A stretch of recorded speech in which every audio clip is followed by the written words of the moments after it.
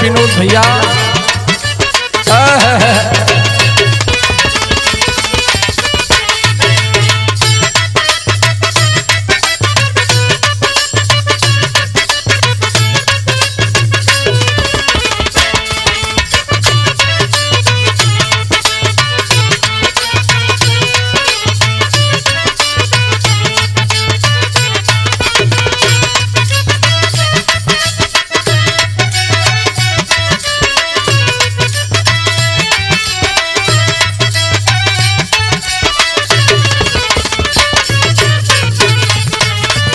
वाह वाह।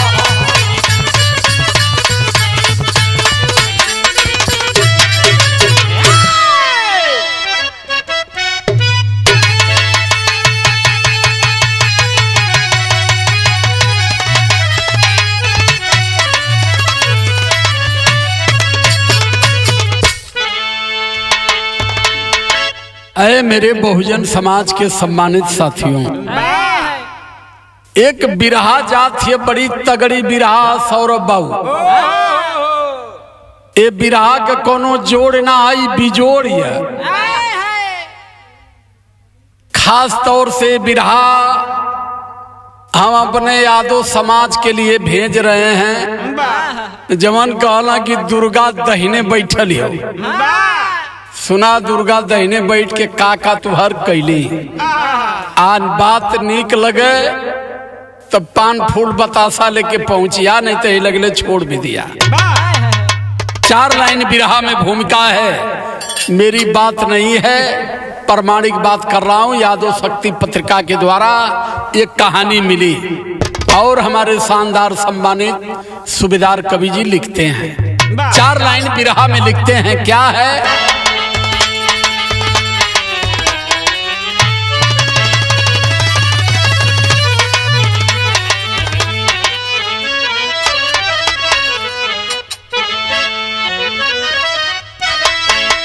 पत्रिकाया तो शक्ति था, मैंने पढ़ा।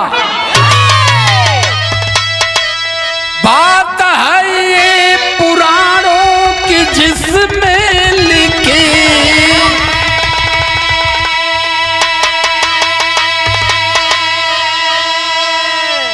बात कुछ मारकंडे पुराण से भी है। तथ्य सुन कर के होता जिगर ये दुखी।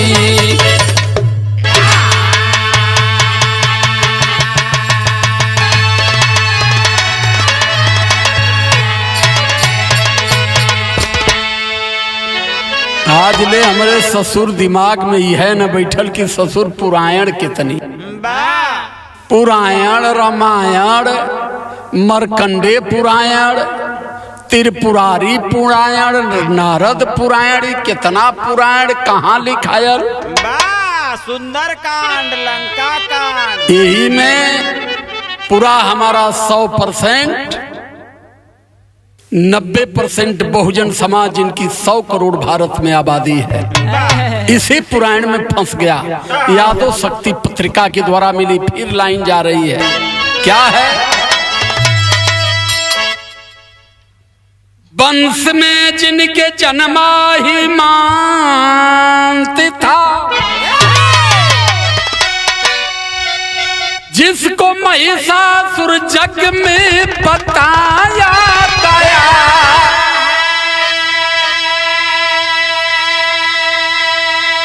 छल कपट से हुई जिसकी हत्या सुनो,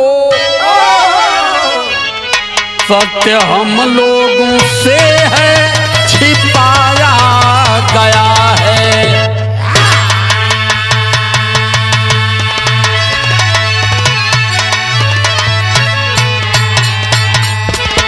यादव शक्ति पत्रिका से प्रमाण मिला है।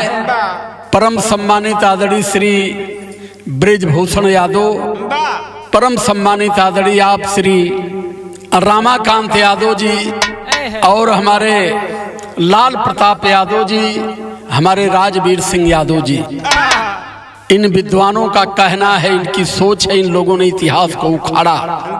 और उखाड़ करके इन लोगों ने समाज के बीच में रखा कि मैसूर का राजा महिषासुर, जिसका नाम था महियांत, इसका नाम इन लोगों ने महिषासुर रखा। क्यों रखा?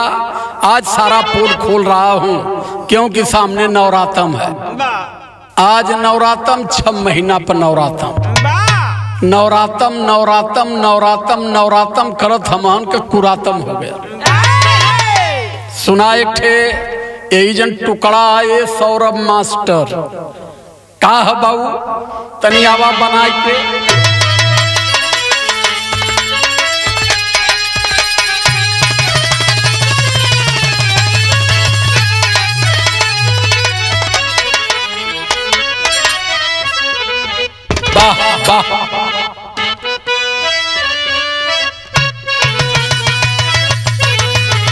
क्या बात है बेटा कि जहां आदमी भी काला, बारे भारत की धरती बेटियां घुमा दी गई नंगी मणिपुर में। 21 सेकेंड के वीडियो के बाद जहां भारतीय जनता पार्टी की गवर्नमेंट थी, तब पूरा देश जाना 2 महीने पहले की घटना थी। यहाँ गधे मिट्टी की मूर्ति को साड़ी पहना रहे हैं, जीती बेटियों को नंगा घुमा रहे हैं। ये कहां भारत की शिद्दत को ले जाने का प्रयास कर रहे हैं? ये लाइन हमारी बता रही है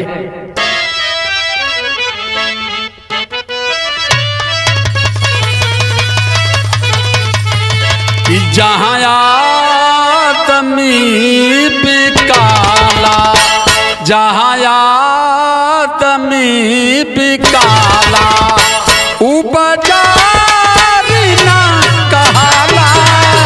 जहां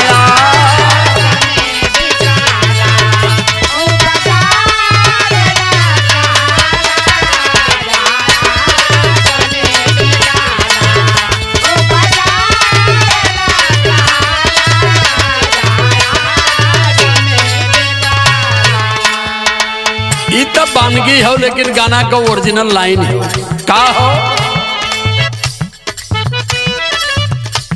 अच्छे भले को तुमने, पाखंडियों सुनो, अच्छे भले को तुमने कितना बुरा बताया।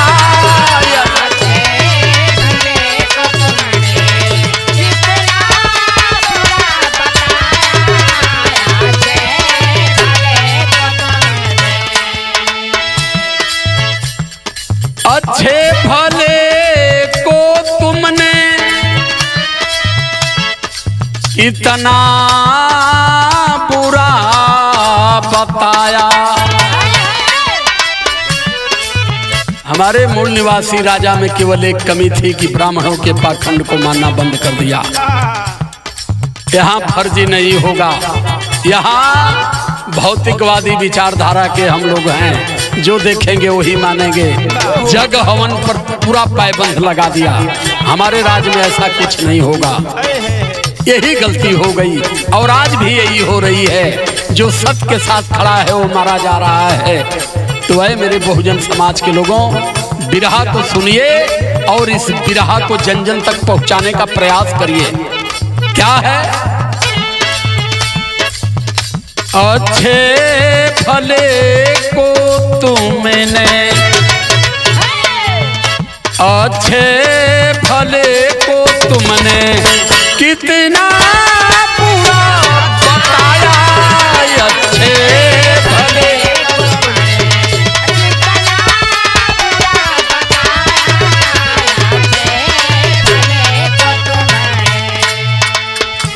अच्छे भले को तुमने कितना बुरा बताया।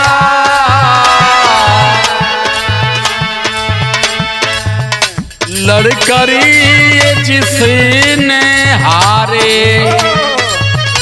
लड़ी करी ये जिसने हारे छल से उसे मिटाया।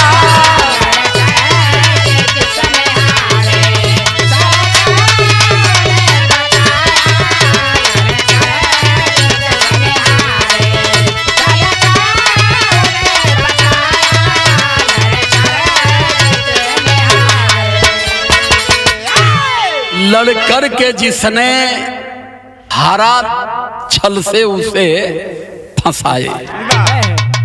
हर समय आज भी हमारे लोगों के साथ यही अन्याय हो रहा है। हमें हिंदू मुस्लिम के नाम पर बांटा जा रहा है।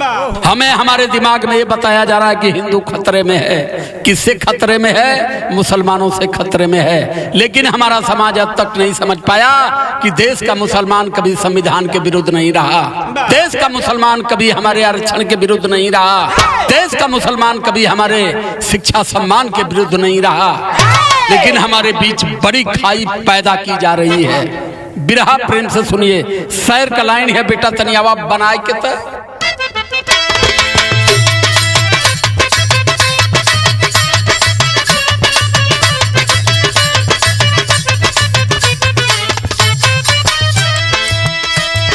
पीर मई खासुर का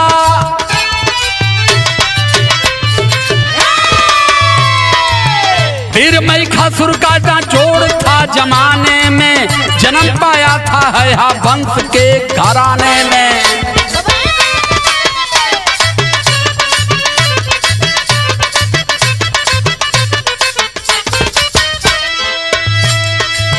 अपार पौरुष था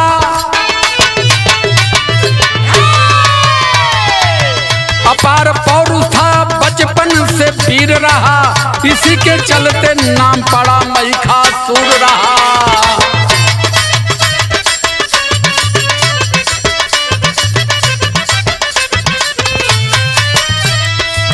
सभी लोगों से ब्राह्मण पूजा तब कराते थे। सभी लोगों से ब्राह्मण पूजा तब कराते थे। बड़े बेटे की बलि पूजा में दिलवाते थे।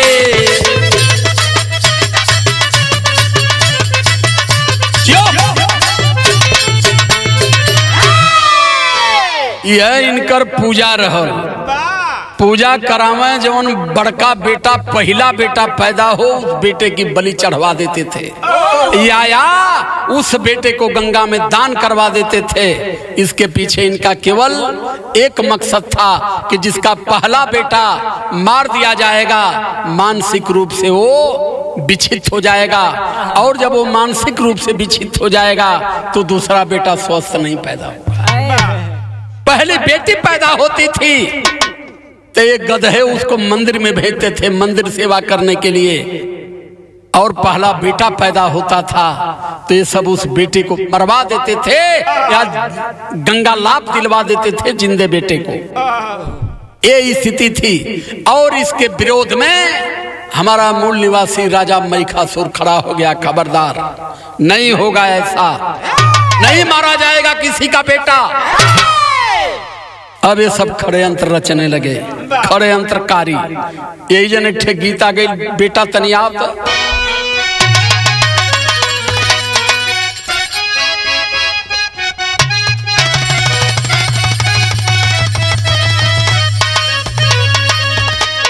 अरे इधर जवान धून लगा जाला, बेटा की करेजा में छेद कर देला।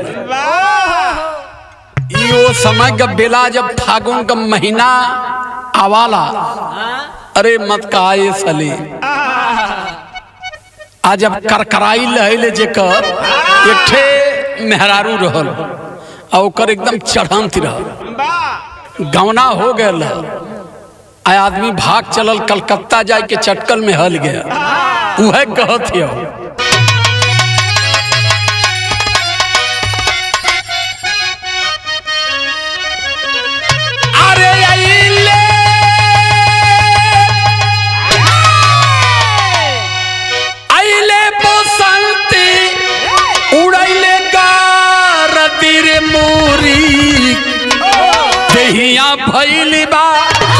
दहिया भैली बा अरे पिया रह तीरे मोरी दहिया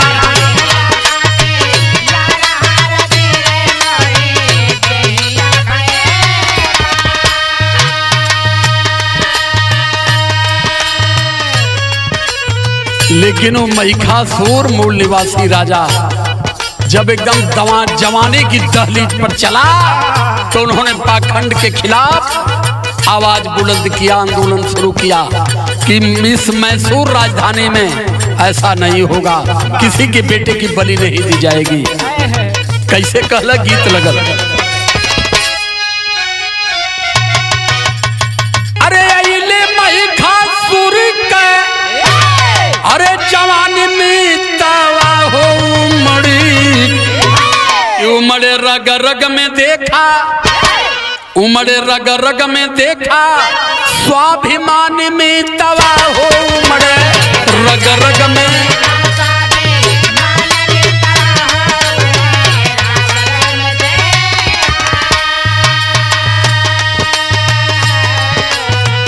कैला ऐलान भारी महिषासुर रजनवा,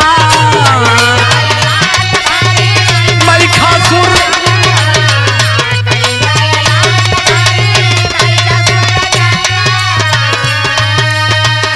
केहू के बेटा कहना, केहू के बेटा कहना होई बलि तनवा, केहू के होई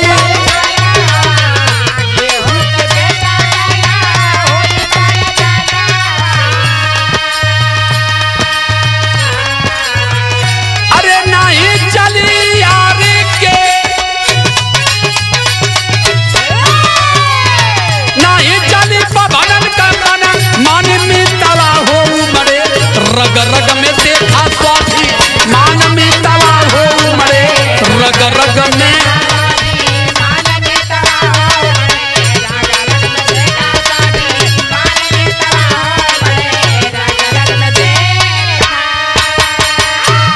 महिषासुर ने ऐलान करवा दिया कि आए ब्राह्मणों सुन लो, हमारे राज्य में किसी के बेटे की बलि नहीं दी जाएगी और हमारे राज्य में किसी भी हालत में पूजा पाखंड पर पाबंद है।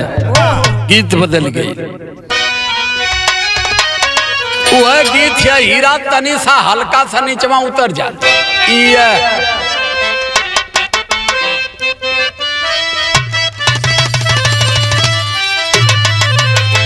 एक गीत के सलीम इलाहाबाद में गावली बड़ा करारा। कैसे गावली,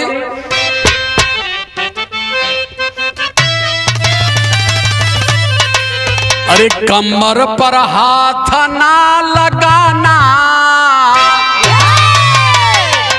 अरे कमर पे हाथ ना लगाना हो बलमा मजा धीरे से लेना।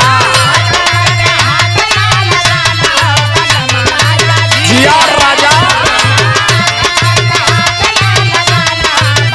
मजा, लेकिन गाना का लाइन हो, ओरिजिनल लाइन है का हो, अरे मन में विचारी बभनवा।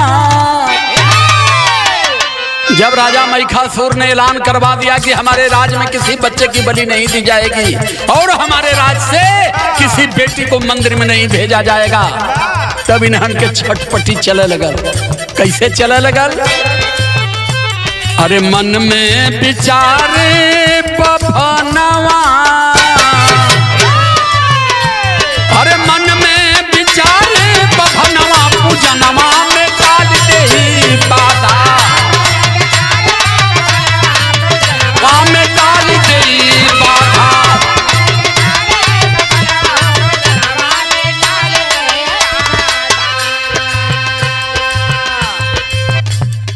सब कर पूजा कर दे जो रोकी,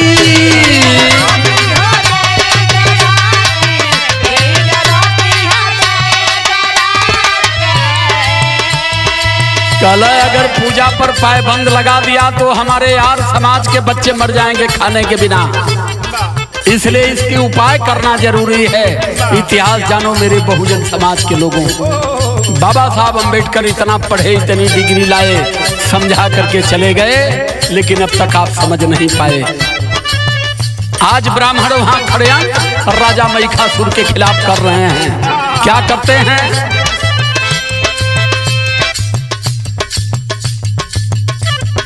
सब कर पूजा कयल जो देई रोकी,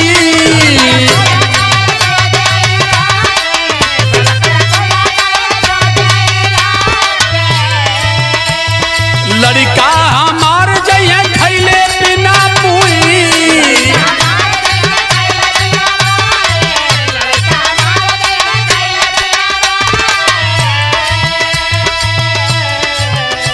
अरे मन में बनावे वो जनवा, अरे मन में बनावे वो जनवा, पूजनवा में डालते ही बाधा।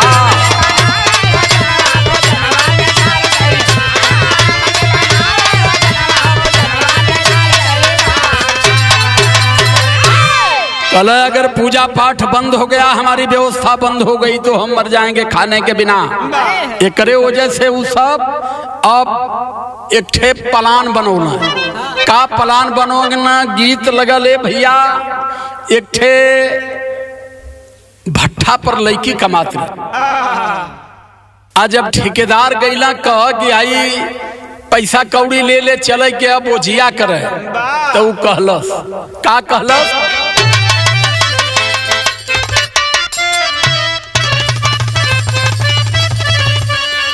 यह कहल गीत तो पुरानी है, लेकिन कसक हो कि दैया मैया रे अब ना जइबू भट्ठा पर कमाए। तो करमाई कहल काहे? तो बतावत है कि एक बाट राजापुर, दूजे कहे कि लगवाए सूत।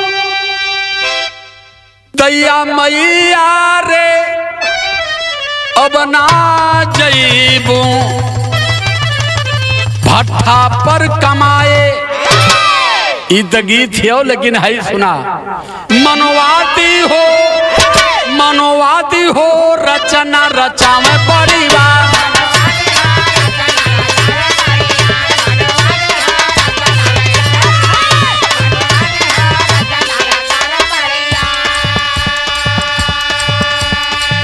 मनवादी सोचने लगे कि किसी तरह से इसे राज से मुक्त करना पड़ेगा।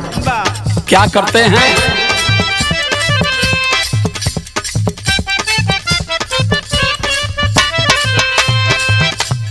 रानी एक बेस्या बंगाल की सहरिया,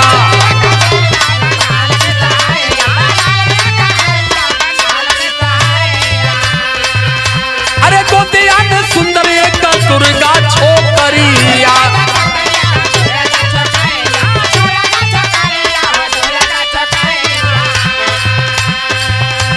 अरे एक का बना के जाके, अरे कैलाई जहारी मनवाती हो,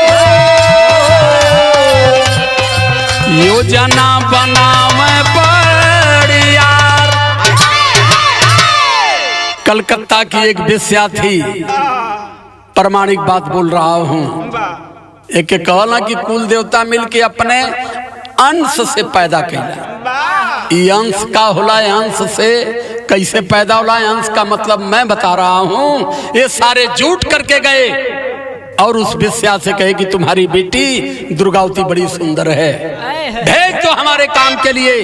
अगर हमारा काम, हमारा मिशन तुम्हारी बेटी पूरा कर गई तो हम तुम्हारी बेटी को सबसे बड़ा सम्मान देंगे। पूरा जीवन तुमको खाने पीने, पहनने ओढ़ने की कमी नहीं पड़ेगी। तो कल का करे को होइए गुरुजी? तो लोग बतौला कि ढेर ना थोड़ा काम हो। का कहला? तरज बदल गए। कौन गीत है बाबू?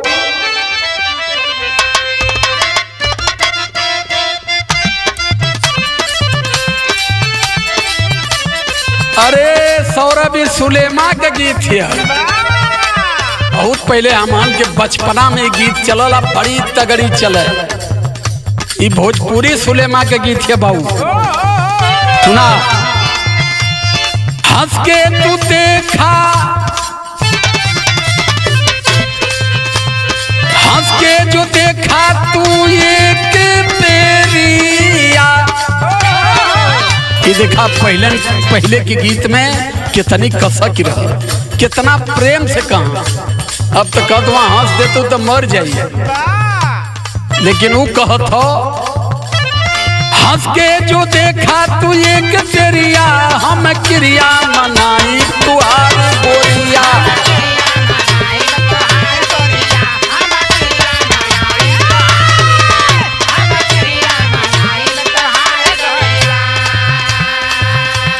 कलकत्ता से लेकर के उस दुर्गावती नाम की लड़की को ब्राह्मण चले और मैसूर के राजा के पास पहुंचे।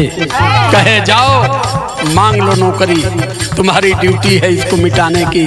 जिस दिन तुम इसे मिटा दोगी तुम्हें हम देवी बना के पूरे देश में पूरी दुनिया में पुजवा देंगे।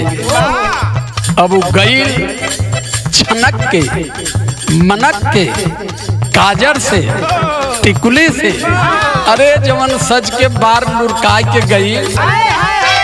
यह बीमारी हमारे मूल निवासी राजन में बड़ी बीमारी रहल भाव, आज भी यही में फेल भी होत हो। आ गई वही जन चटक मटक के कहत हो, का कहल? अरे भर के चवन्नी मुस्कान कोरिया,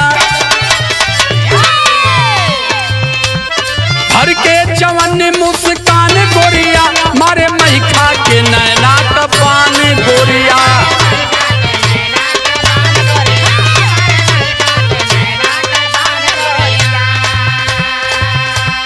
तिरछी नजरिया से घायल बनवली,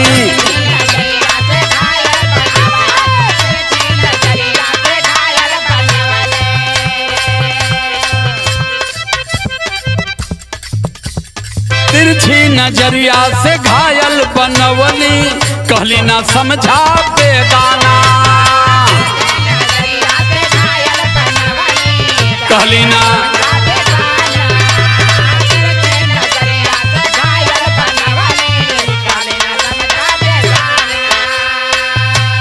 तोहरे पर मनवा लागल ये मोरे राजा,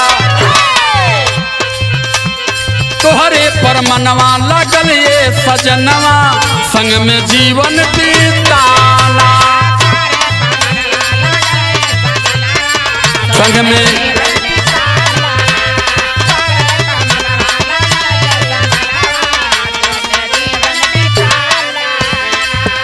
अरे कैली जवनिया जियान गोरिया, अरे कैली जवनिया जियान गोरिया, भर के मारा चवन्नी मुस्कान गोरिया।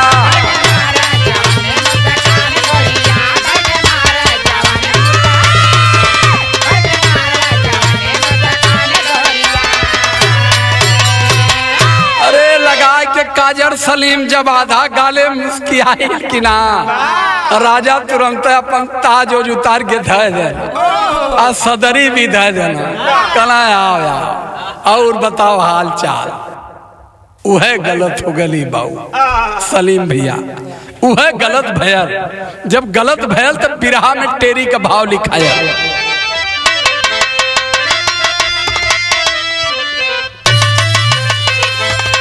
अरे अगड़ाई भरी मुस्काई नाजनी, लेहली मई खासुर के संग में ब्याह रचाई। जय हो। अला जब आए के बैठल तो लगला बार और सुहरावे, कल का हाल ये हमार सोना बतावा मोना, कल का हाल बताई साहेब, हमरे तो समझ में ना आवत है। अगर ब्याह हो जात तो हमारा आपका जीवन बड़ा कायदे से कटत। तो कहना ये कौन बात है, राजा है राज दरबार में कमी है कौन बात का। अब उसे ब्याह कराए, अब ब्याह कराए के मूल निवासी राजा से मिलल। अब बहुत सुहाग रात मनौला। जब तबीयत तृप्त भइल तो वो भुला गई कि हम कर क्या नहीं। सुना 9 दिन भूखा वाले 9 दिन भूखल छोड़ दिया लोगन, मत नरक का पैड़ा बनावा।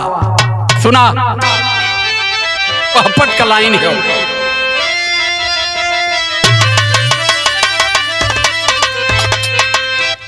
अरे महिषासुर के जाने राज का बतिया दुल्हन घातिया बात।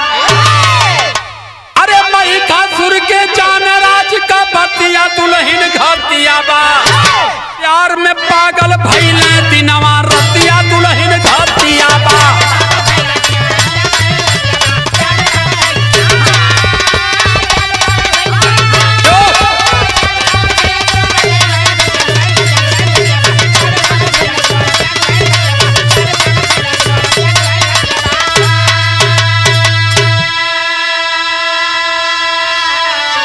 दुर्गवती से बियाह भयल सौरभ। आज जब बियाह भयल ता दुर्गवती कहला कि बतावा ये सुहाग रात कहाँ हुई। कहला आपका जवन आदेश जहाँ इच्छा करे कर ले चला कनो पहाड़ी पर ठंडे जगह लेके। दुर्गवती के राजा विचार कैलन सुहाग रात कौने स्थान पर हुई। अब तो माला कुल चल जात हुआ यार, मनाली उनाली धैले शिमला उमला आ जौने के ढेर पैसा उ सिंगापुर निबुक लेत हुआ, ढेर हम कुछ गोवा में काम बना लेत हुआ। लेकिन राजा महिषासुर दुर्गवती के लेके कहाँ गईले। अरे दक्षिण भारत में एक पर्वत पर संगी 9 दिन बीतवले हो।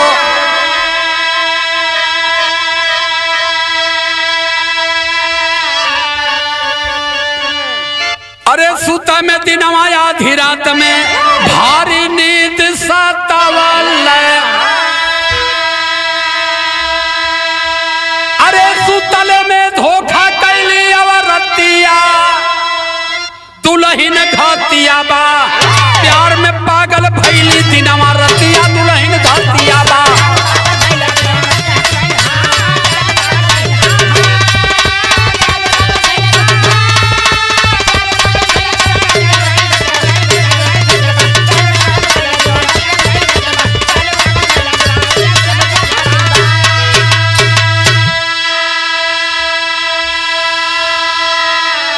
अरे मेरे बहुजन समाज के सम्मानित साथियों सुनो, उस समय उस पहाड़ी पर धीरे धीरे 8 दिन बीत गया। जब 9वां दिन बीता तब इसके समझ में आया कि मैं क्या करने आई थी आ क्या कर रही हूँ। ओकरे ध्यान पड़ गया 9वें दिन कैले का बाबू आल्हा का लाइन है सौरभ उठा के दाता।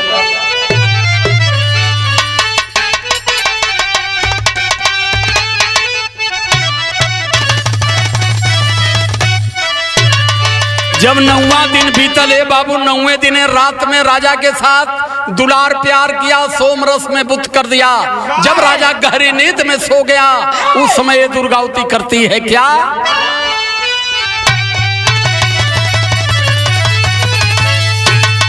अरे मार के कटार भैली दुर्गा तवने छनवा। दुर्गा देवी ब्राह्मण करल जय जयकार।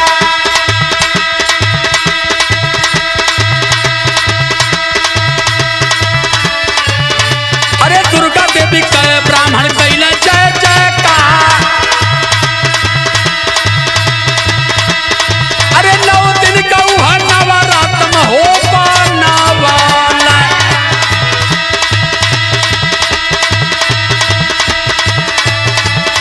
अरे 10वें दिन दुर्गा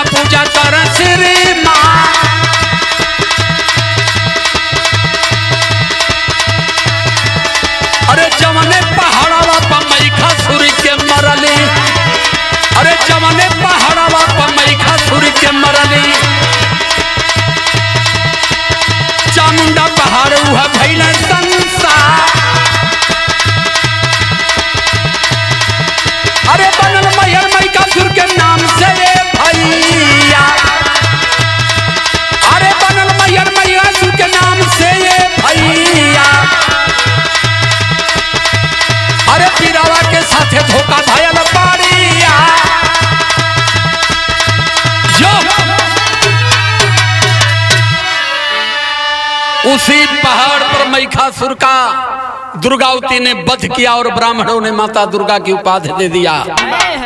दुर्गा सप्तशती लिख दिया इन्होंने और कह दिया कि ऐ यादव सुनो, दुर्गा तुम्हारे दाहिने बसती है। नागवंशी राजा थे महिषासुर, जहां से यादवों की कुरी शुरू होती है। दिमाग को होश में लाना और अब कम से कम इस गुलामी से दूर हो जाओ। आखिरी लाइन है,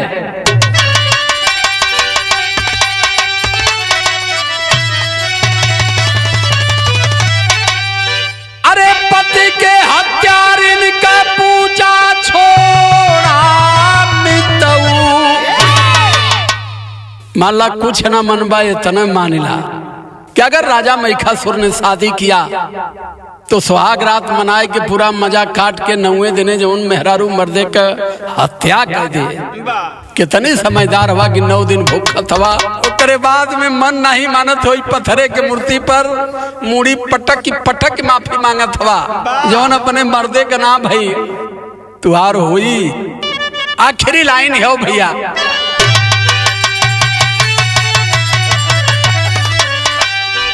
अरे पति के हत्यार इनका पूजा छोड़ा मितऊ। अखिया खोला नाता बौद्ध धर्म से जोड़ा मितऊ।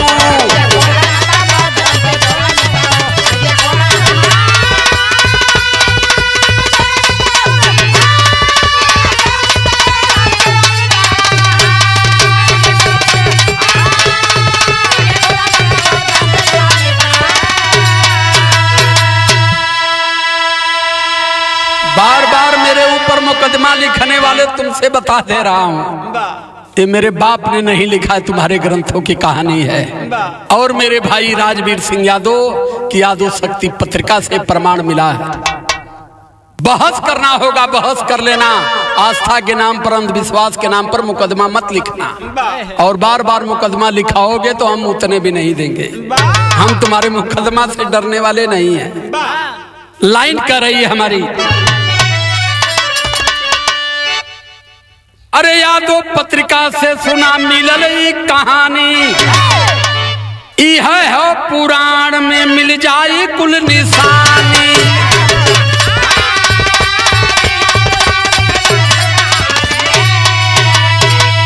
अरे बेस्या के बेटी से नाता तोड़ा मितऊ। अखिया खोला नाता बौद्ध धर्म से जोड़ा मितऊ।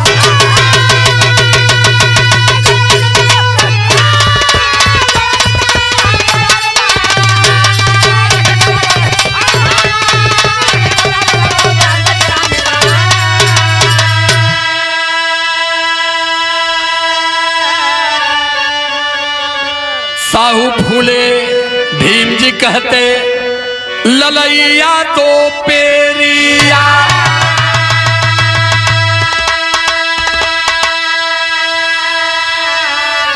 अरे सूबेदार की कलम ही लिखती बाबा को तैयार हो।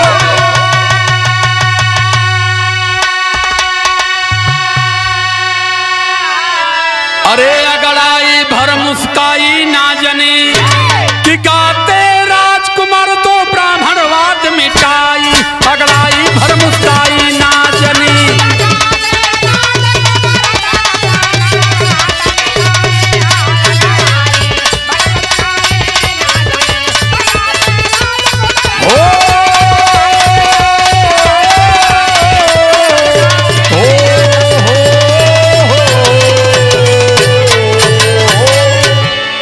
सादर जय भीम।